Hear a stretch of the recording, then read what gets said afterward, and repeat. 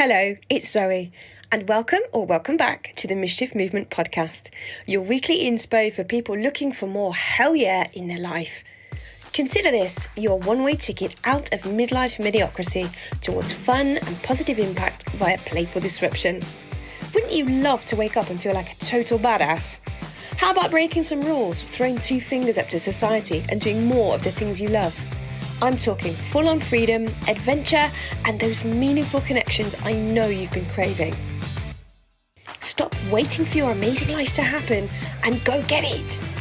I'll be picking the brains of some true game changers and mischief makers so I can share what I find and hopefully inspire you to shake things up, do more of what makes you feel alive, and boldly rebel against the ordinary.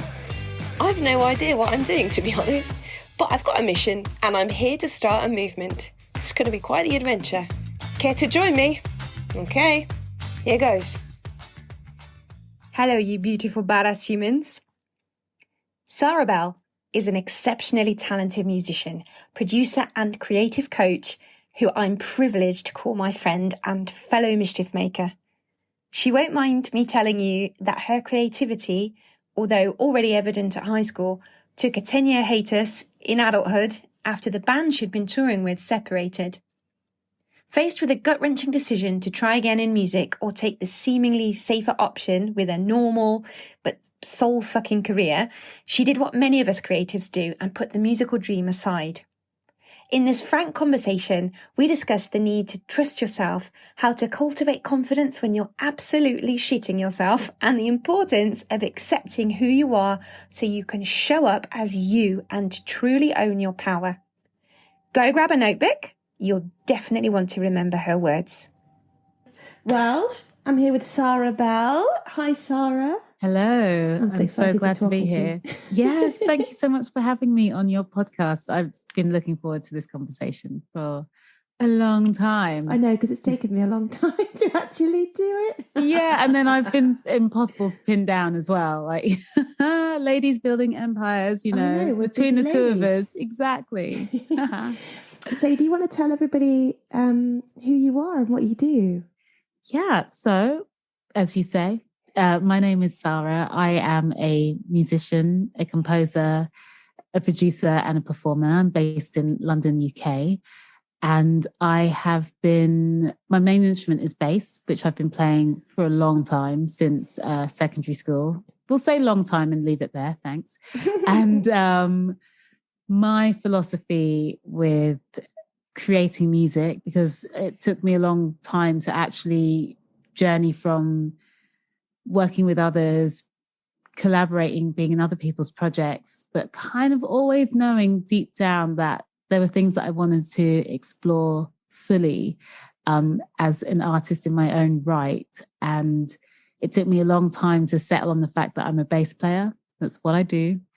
And I'm going to use this instrument, this tool, these skills that I have to create music that makes people dance, that transports them to a place where you're not hung up on how you look or how much money you've got or what your clothes are saying. You're just in a state of bliss. Because I think when you're dancing to your favorite song, you are completely transported. You are just embodied in joy and light and freeness. 100%.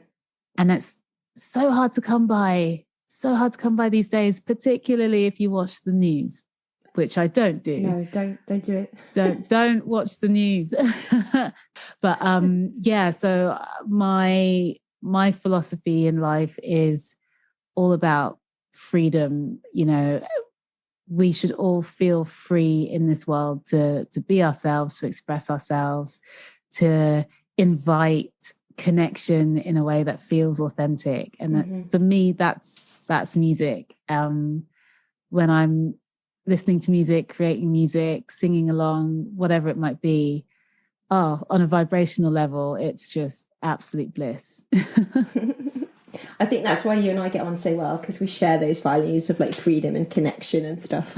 Yeah, absolutely. And it's kind of that sort of having that bedrock, that foundation with how you move through life just gives you, I mean, it just kind of greases the wheels a little bit, doesn't it? It's like, okay, I'm just going to move towards the things, the places, the people that reflect that, you know. And I think even just with our kind of friendship, like that has been sort of undermining part. Like, how can I help you feel free and vice versa? And yeah, I've just, every conversation we've had since our fortuitous meeting, has just always filled me with so much joy. Oh, bless you. Well, in that case, I'm really glad that everybody else can listen to this conversation, because every time I talk to you, I walk away with some kind of gem.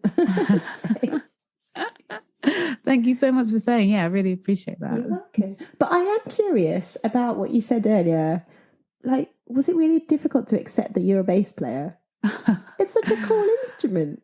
Do you know what? It's so funny because I describe my journey into being in a band and playing bass as completely accidental.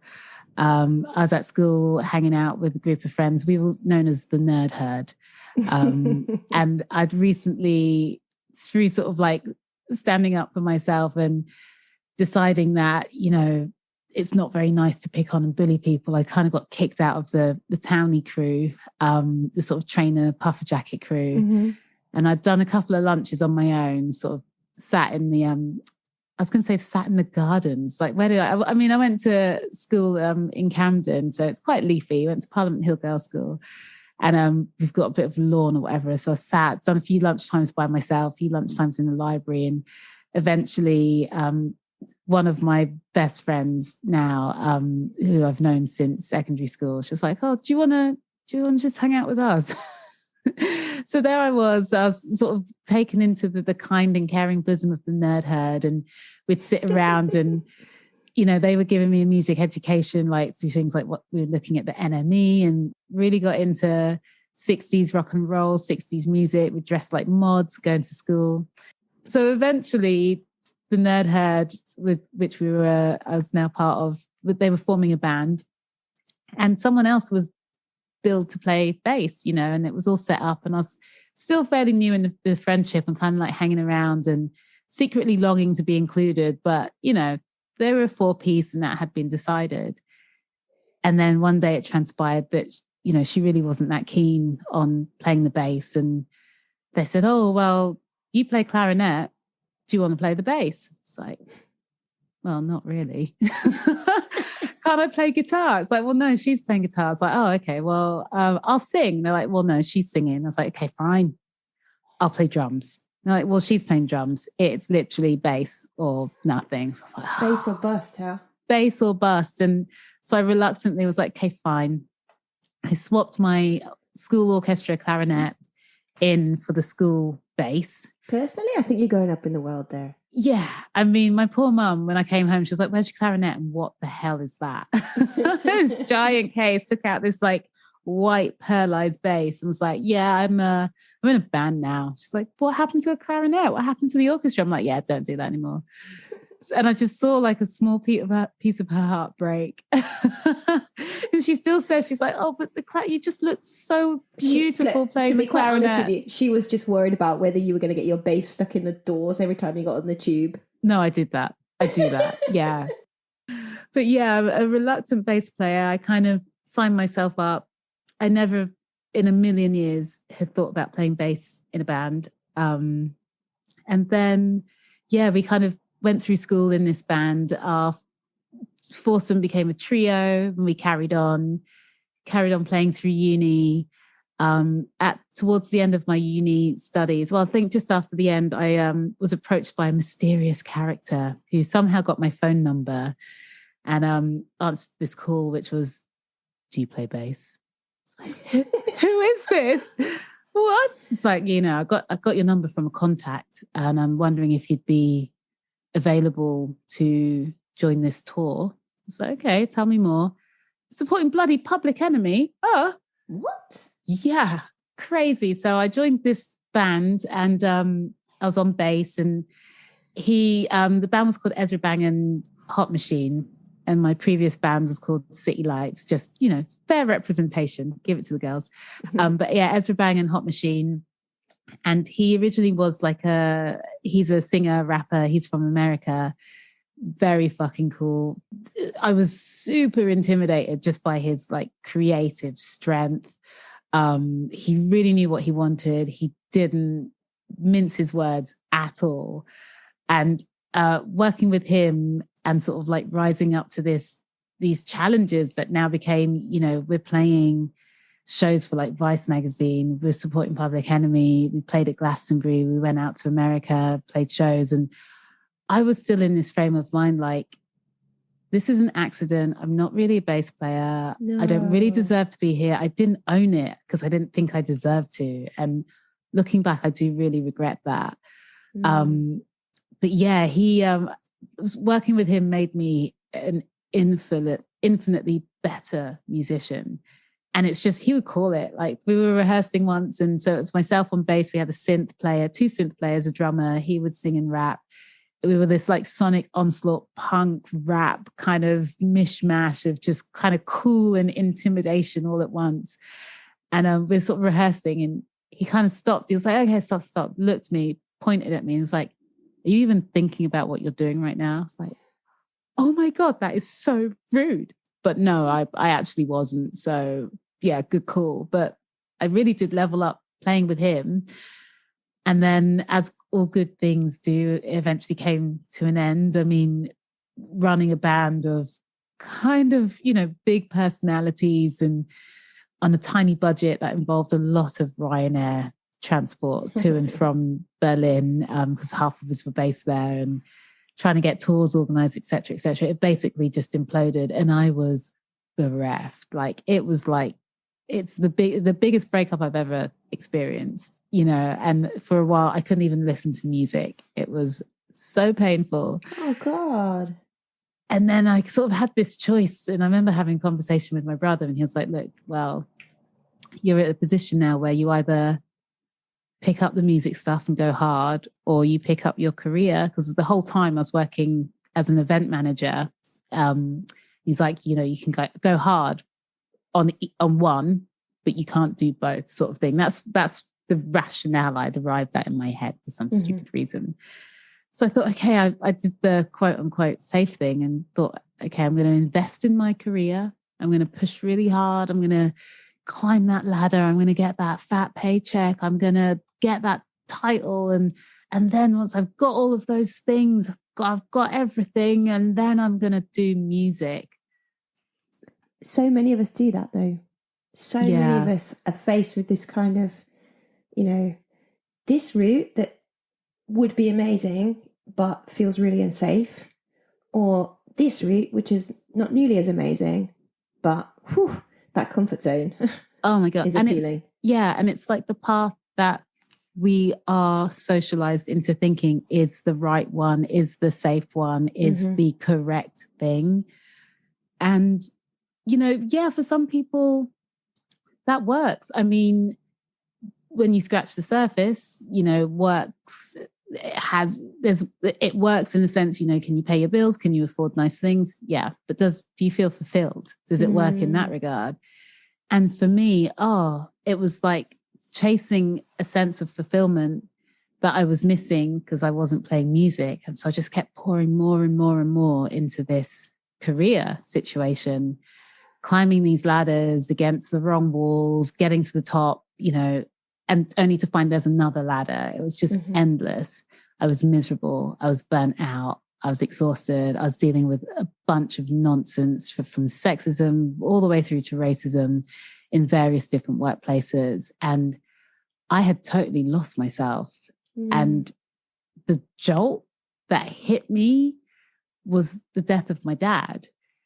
And you just think, okay, right, here's life saying in no uncertain terms, your time here is finite. What the F are you going to be doing about it? And I just thought, I don't want to do another, 40, 50, 60 years of this. This is endless because I'm not finding I'm not getting the dividends from this sort of rat race. I might earn a bit more money, but everything's more expensive. I might earn a bit more money, but then I've got to pay for that holiday to forget the fact that I hate my life. It's this endless cycle. And I thought, balls to it. If you put at least half the effort into your creative practice that you've been putting into these, job situations that do not fulfill you. In fact, they're destroying you. Mm-hmm. I'm moving in circles where I'm not even sure if you guys even bloody like me. Why am I turning up to these parties and feeling so uncomfortable? So I quit my life as it currently was. I went and studied an MA in music. And the whole while I was thinking, right, okay, I'm just a bass player. What the hell am I going to do? And I'd also had enough experiences along the way to be like, I do know that if I'm going to do this music thing, I need it to be my voice. It's got to feel like me. I don't want to get bullied off a project. I don't want to get told what I can and can't do. I really want to explore my musicality fully. And things started to move only when I accepted who I was. You play bass. You like... I was going to say, sorry for interrupting you. No, but not that at all. little word just is the thing that kind of makes the difference, because once you remove that, it's not I'm just a bass player, it's I'm a bass player. I'm a bass player. Yeah. It's the world of difference. And it isn't, and it's these little habits that we pick up that are so kind of innocuous and insidious, like how we think about ourselves. I'm just this. I can't do these things because I'm just this. And it's like, no, you are fully that thing. Like, and also even within that, it's like, I'm just a bass player. There's certain things that I can't do. I don't slap bass. I'm not particularly melodic. I don't have a particularly wild experimental style. I love a groove. I hold a groove, and I write groove-based music that gets people grooving. And I'm okay with that now, and I spent a long time feeling that I had to be something else. I spent a long time looking at other people's success and how they got there and what they're doing to get there and trying to emulate that. No, the dreaded comparisonitis. Oh God, and you just think, okay, well, I play bass, but I've got to learn guitar. I've never played. I mean, I can pick one up and strum a tune, an Oasis tune, let's be clear. No shade on the Gallagher brothers. They're very catchy. But, I'm not a guitarist. I'm not a pianist. Hell, I'm not even an amazing vocalist. I'm no Mariah Carey. I can't do your operatics. So, but I am who I am. I am what I am. I'm the sum of my lived experiences. Like, hell, I wish I had this level of confidence 10, 15 years ago when I was making that weird choice between, okay, do I do music? Do I do this career thing? Essentially, am I brave enough to trust myself and follow my heart? Or am I going to cop out and do the thing that everyone tells me is safe? But I'm also a firm believer in, because you're the sum of your lived experiences, you're always where you're supposed to be. I wouldn't be making the music I do right now 10 years ago. This is music that is born out of struggle, standing up to racists, standing up to bigots, standing up to sexists, kind of walking into recording studios with any previous band I've ever worked with and being looked through because I'm a woman, because I'm a Black woman. This project, I was resolute in saying, okay, you're going to see me and you're going to hear me and it's going to be mine. And, people that I've got out of the habit of cringing when people ask me what's your band called? And I'm like, Sara. They're like, oh, and that's also your name. I'm like, yes, it is. And even naming the project, I circled around a lot of names for a long time. Once I had this project, I decided, okay, I'm a bass player. I make music. I make groove-based music. Fine, it might be simple, whatever, but this is what it is. This is what I do. I'm standing by it. I'm going to own it. And in the end, I thought, I'm going to call the band Sara, and I spell it Saara. So it's kind of phonetic as well, because I get a lot of, oh, hey, Sarah. And again, being a mild-mannered people pleaser for many years, I would not correct people. I've got people now who still like, Sarah, and I'm like, yeah, at some point in our 15 years of knowing each other, I have to correct you that my name isn't Sarah. But there's all these little things actually that just by creating my space for my creative work, by having something that I have to stand up for it. I have to stand for my work. I have to believe in it. I have to show up. I've got to make space for it. I have to own it. You know, I now correct people when they get my name wrong. Like, it's simple things. I wasn't doing that prior to this. Just working 10 years in an event industry that was going to swallow me whole. People calling me Sarah, Susan, Tracy. You're like, oh, okay, well, fine. If you can't remember, you know, all of these kind of like micro ways in which we are our own destructors. You know, like I was so in the habit of not standing for myself. I didn't stand for anything. My life was trash. I hated my job, didn't really like the friends that I had, didn't really like what I was doing. I couldn't think about the future, didn't like where I was living. I felt trapped and I wasn't doing anything about it. And I just let everything just happen to me and at me. And yeah, so, you know, I'd made this band. I called it my name and I just thought, oh, shit. I'm really responsible for this now and I have to show up for this. It's empowering. You gave it your name and I think that's really empowering. Yeah. And it's had that effect, I think. Oh, and I definitely feel like I kind of made that move and I had to grow into that decision.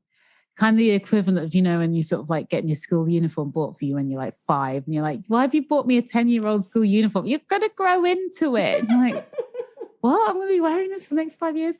But yeah, it was literally that. It's like, okay, I had to get really clear on where I wanted to be, who I wanted to be, and put that stake in the ground and be like, I might not feel like it yet.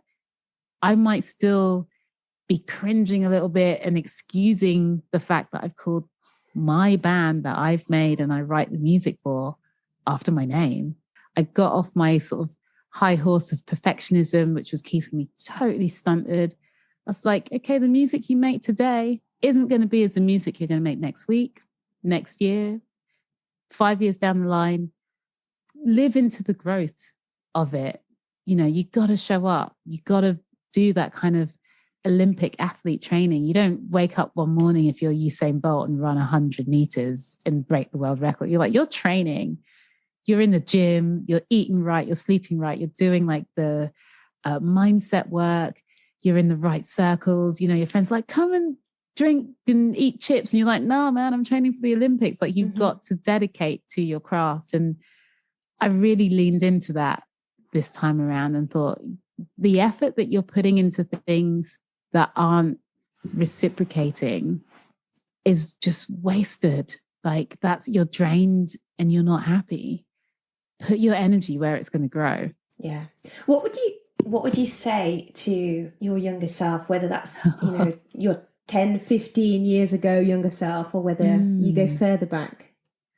Oof. I'm just trying to think now. I'd say, yeah, I'd even say that kind of when I was making that decision, I think where was I must have been sort of like early to mid 20s, maybe. And I'd go back and I'd say, look, hey, you can do this. You're a musician. You know things. Live into your power. Stop giving your power away. Stop thinking that someone else is going to fix it or, for lack of a better word, not quite save you, but just giving up the responsibility of making things happen for yourself. By, you know, waiting for others, waiting for a sign, waiting for approval, waiting for acceptance. And you're waiting for all of those things in spaces that aren't for you, particularly when I think about a lot of the experiences I've had in workplaces, corporate workplaces. You're working so hard to be accepted somewhere where you aren't welcome. Not fully, not really. As a whole entire person with opinions and knowledge and expertise and skills and passion and joy and laughter and fun, you're not welcome in your entirety in these spaces. You're welcome when you're complementing what's required, when you can support someone else's notion of being a good liberal person, when you can support an organization in their tick box activity of diversity hires. Like, you're in those spaces and you deserve to be there because you're intelligent and you work hard and you contribute, but you're not seen for that. You know, your voice isn't heard for that. You're not free to express yourself in that because no one fucking cares. Unless you're serving what is required, you're not needed, you know. And I think prior to finding a space in which I could start believing in myself and trusting in myself, I couldn't tell the difference in those spaces. When you talk that way, it just reminds me, like, one of the reasons why I love you so much is that you don't just take things lying down.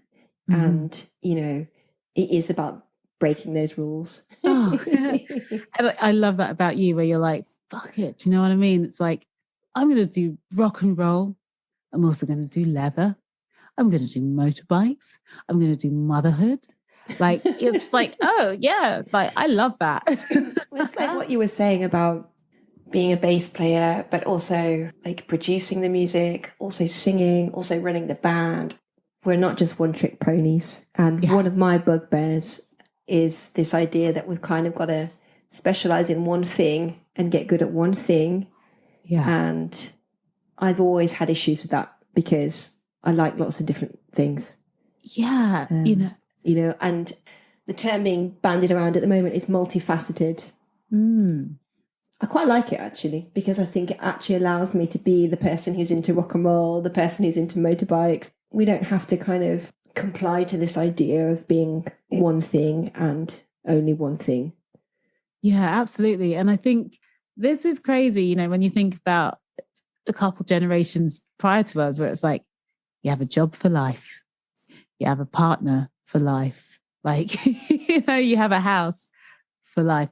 Everything is so transient right now. You know, like, I'm not saying that's a good or a bad thing, really, but I think it's about just recognizing that we are so much freer now to just follow the things that inspire you. It doesn't always have to mean things, like, it doesn't have to be, you know, the bedrock of who you are, and you get to change your mind. And I kind of think of it as like, you know, it's just sort of come to me now, but that kind of like the David Bowie effect or the Madonna effect, like, you can wake up tomorrow and be a totally different person if you want. Like, change your hair, change your clothes. And it's kind of just living into that. Why cut something off because you've made a decision that you're going to be about one specific thing? It's like, yeah, you can be multi-passionate. Yeah, well, I mean, it also goes back to what you were saying about, do I focus on the career or do I focus on the music? Yeah. You know, yeah. And I think if there's one thing that I would really hope that any listeners would take away, it's that you can actually do both. You can have a career and you can also have this passion that, like, really excites you. Yeah. And you don't have to necessarily know where it's going to go. Exactly. Yeah. Not everything has to be a business. Not everything has to be a side hustle. Like, you can just literally do it for the lols, and that's absolutely fine. And I think the idea, particularly for me, it's, you know, when I think about that kind of quote unquote career thing, you have to be something, and to be something, it's a job. Like, your job is who you are, you know. And for me, to do music and have space for music and to be an unsigned artist in this world, which, I mean, big up Spotify. I love it because the variety that is at your fingertips and the algorithm that can just DJ you into experiencing music that you would never have heard otherwise. Yeah. Big fat tick. Love that. As an artist, though, you're like, oh, I'm going to have to get how many 100,000 streams before I make 1p?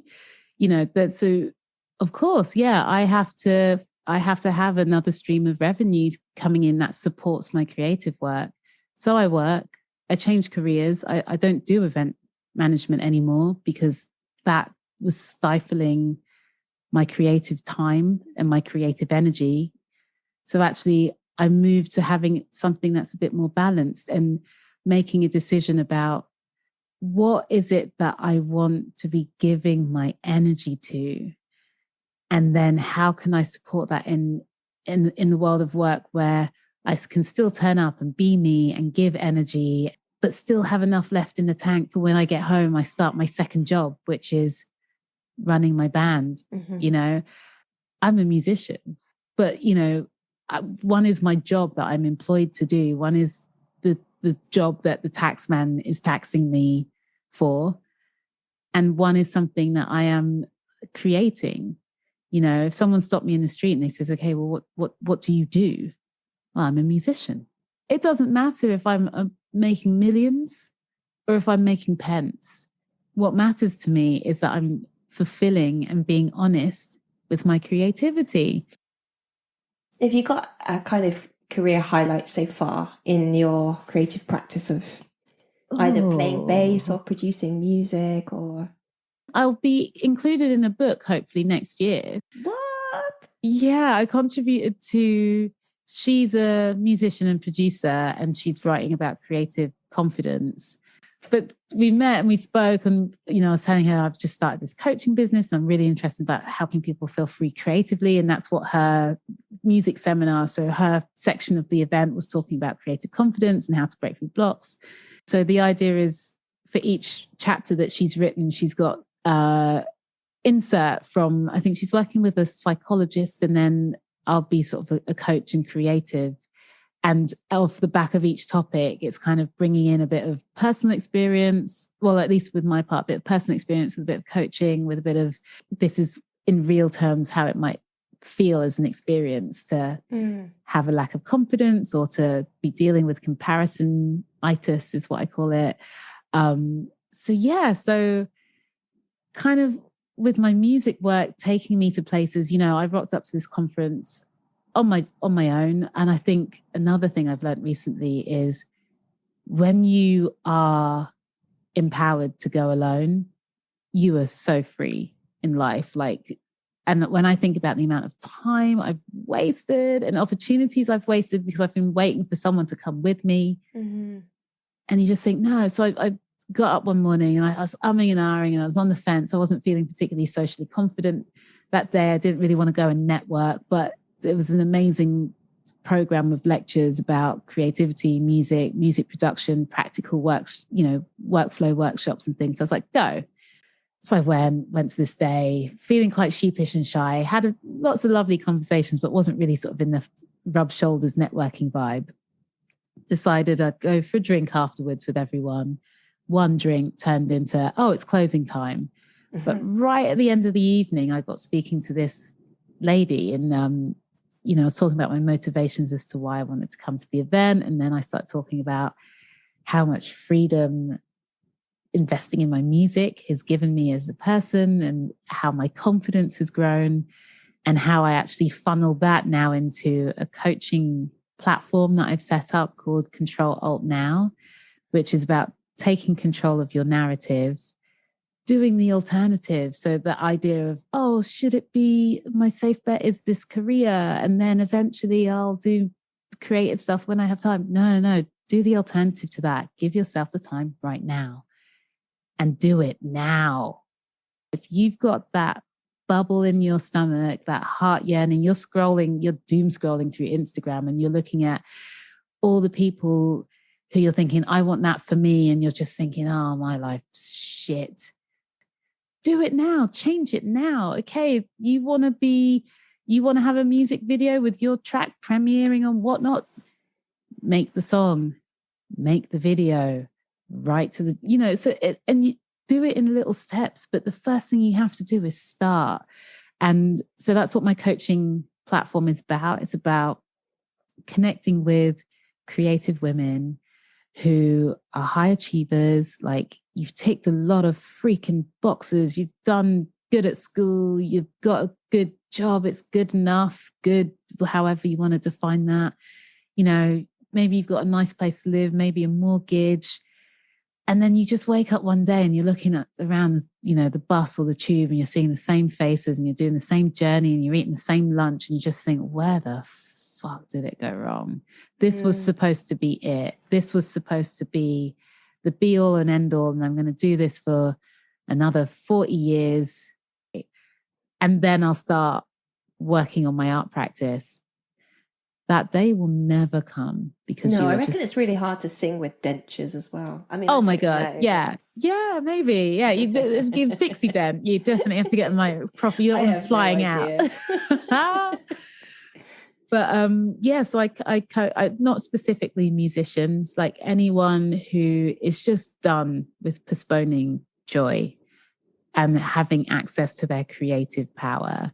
Anyone who is done with being pushed around by life, by having their voices silenced, by having their spirit crushed.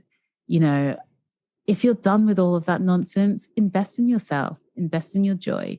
Everyone has something that brings them joy, whether you make music like me, you paint, you dance, you bake, you teach yoga, whatever it is, do it. And if you need some help getting started, I will tell you my stories of woe, of how it took me 10 years, 10 years. It's like a bloody life sentence. Do you know what I mean? 10 years of wasting my time pouring into things that did not care for me, that left me feeling pretty burnt out, until I discovered the magic of trust yourself, trust your happiness, and start creating your life the way you want it to be. Oh, yeah, it's bloody simple. But there's a lot of things that you have to dismantle, work through, confront. And that's where my coaching comes in. I help creative people get moving in that journey. And even if you're doing stuff now, if you want to level it up, it's just about not holding yourself back anymore.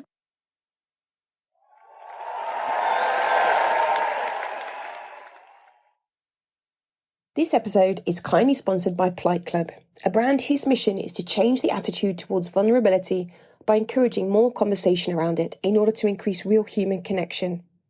When you can express your feelings constructively, you can work through your fears, open your heart, and find your place in the world.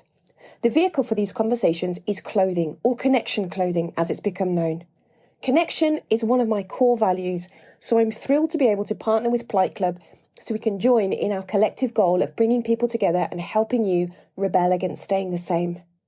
Sustainable, organic, and rebellious, of course, Polite Club also uses 50% of their profits to fund proactive suicide prevention in the form of coaching, support, and awareness raising, which enables people to understand their emotions and express how they feel constructively. Become a vulnerable with us. For more info on the brand or to buy online, go to politeclub.co.uk or follow on Instagram at politeclubhq. Now, back to the show.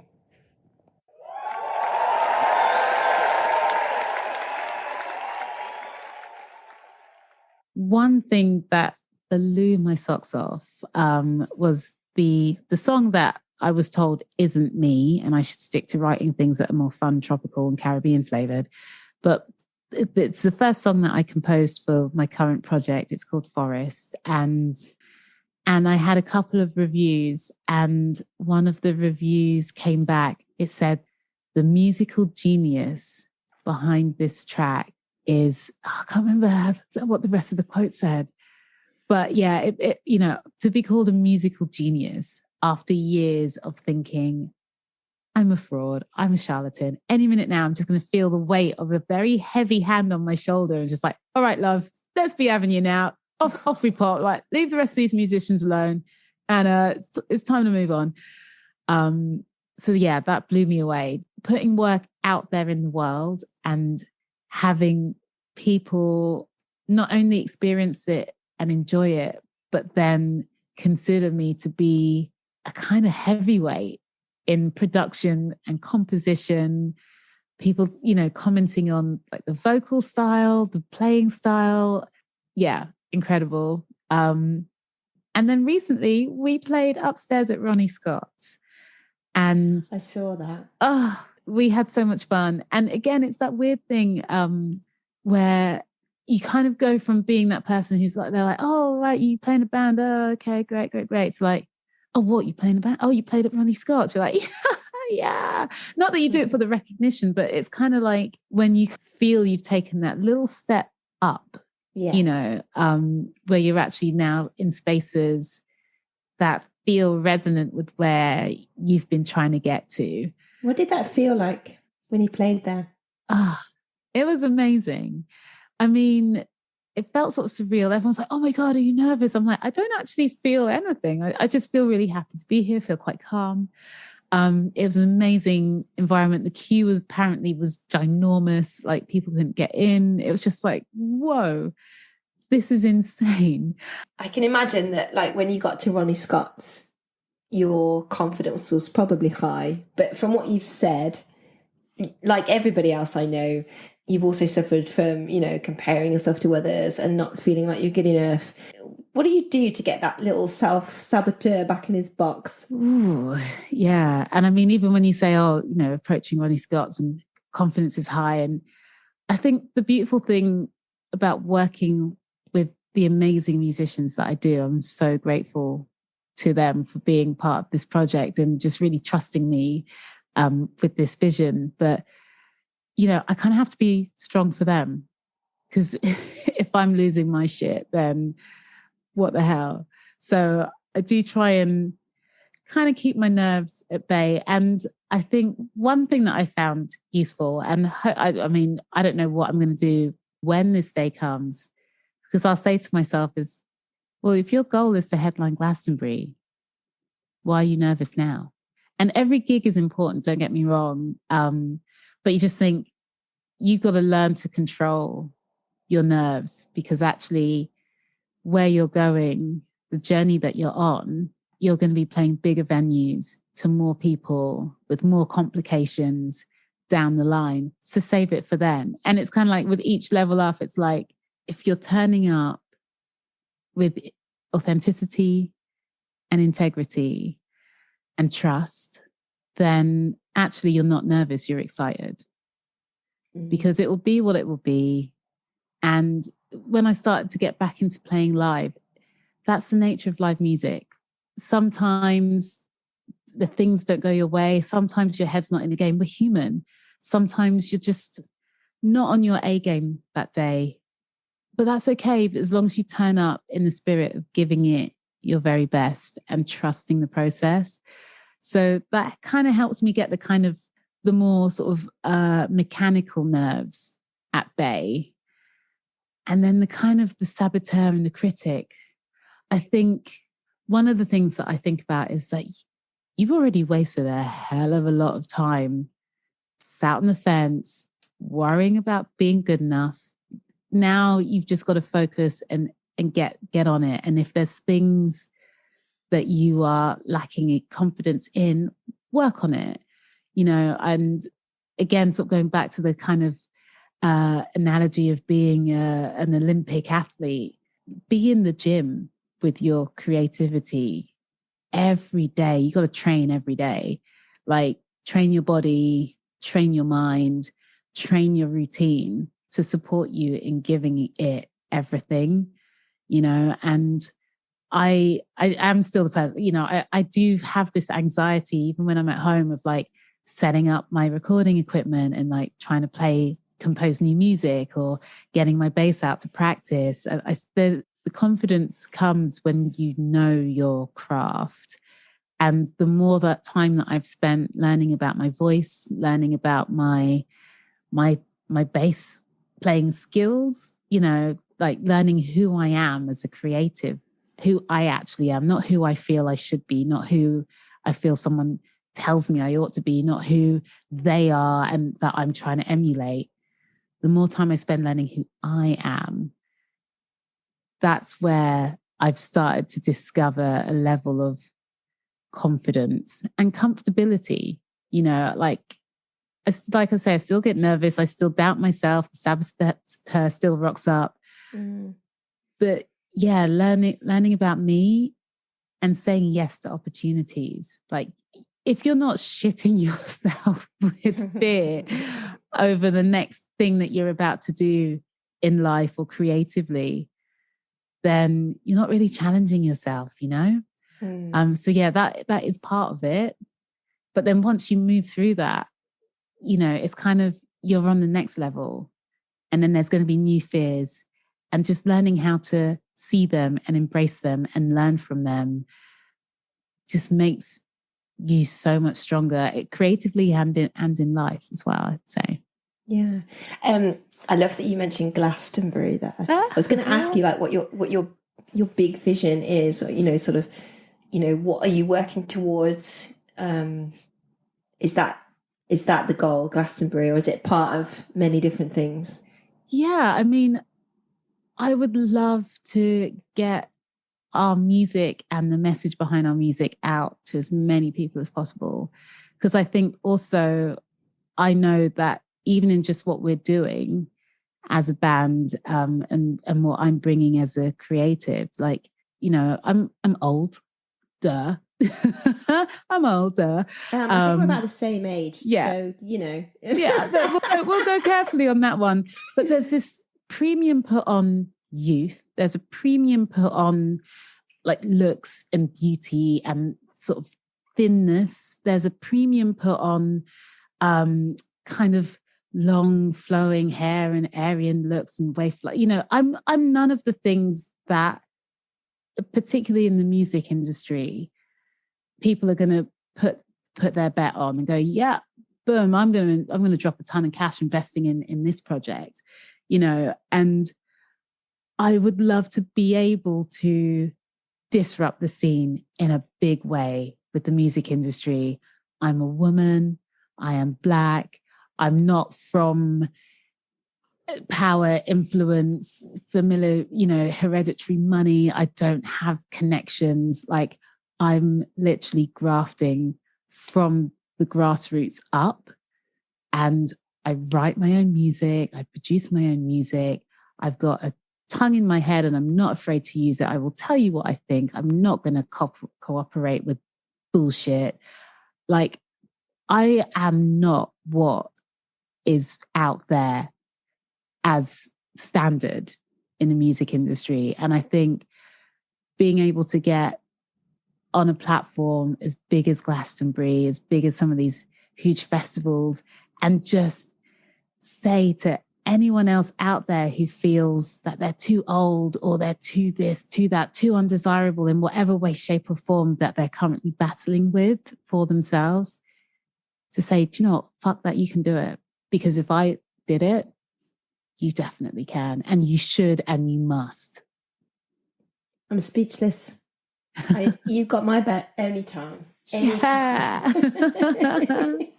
I was going to ask you if you'd always been a rebel, but then I realised that you hadn't, because you were part of the nerdhood. So we were kind of rebellious in the sense that, I mean, we, you know, we'd purposely forget our PE kit so that we could go to the library instead of doing sport. And I mean, during that phase, particularly when we hit our mod phase, there was a time that we may have engineered some identification documents in order to get into clubs when we were younger. And listen to this. Tried that one. We were going to 60s nights, right? You know, it's not like we were clubbing and trying to get into sort of like Fabric or Passion. No, we were queuing up, going to the WAG Club on Wardour Street for a night called Time Tunnel, which was amazing, for like 60s music, dressed as mods. The bouncers were like, should you? And one of our friends, the friend that I referenced earlier, who's quite petite, and he was like, oh, I'm not sure. How old did you say you guys were? And she's brilliant because she just flipped the script. She was like, don't discriminate against me because I'm small. How dare you? And then from that point, it was he'd see us come and just be like, all right, you know. Before I let you go, because this has been such an amazing chat, I've loved every minute of it. How do you then add a little bit of mischief to your daily life? Like I say, I try and challenge myself every day by getting out of my comfort zone. And doing something that feels a little bit scary, that feels a little bit dangerous. I mean, last weekend, I actually played my very first solo show, which is me on vocals with the bass. That is it. Stripped back. And oh my gosh. I mean, again, I was in this weird state of, I actually didn't really even feel like I was processing what I'd signed up to. And then there was a moment where they called my name to go up on stage, and I was like, oh, I actually haven't really thought about this. But it went really well. And I really enjoyed it. I think it's something that I will definitely be doing a lot more of. Where is your favourite place to hang out on social media, and how can people find out more about you? Yeah, so I'm an Instagrammer. Haven't quite made that transition to TikTok. It just confuses me. You'll need both. Yeah, I'm just like, it's what's happening? How do you even find people? No idea. So Instagram is where you'll find me. On the music side of things, you can search for Sara Music. So that's SAARA Music. If anything, you can find all of my contact details on my website, which is sara.co.uk, SAARA.co.uk. And for my coaching platform, it's controlaltnow.uk. So yeah, if you're interested in working with me, you can also check it out there. Awesome. Thank you so much for joining me. It's been a pleasure. I've absolutely loved this. I could talk to you all night. Thank you.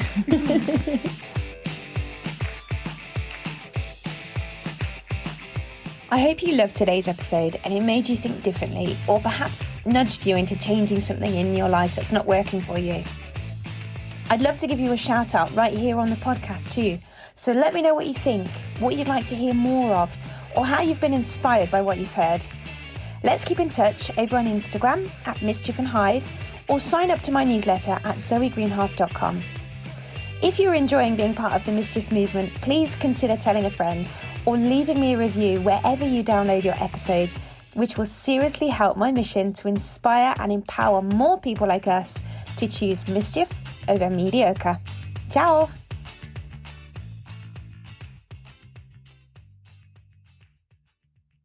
Watch out, Parkinson. Got a new tick in town.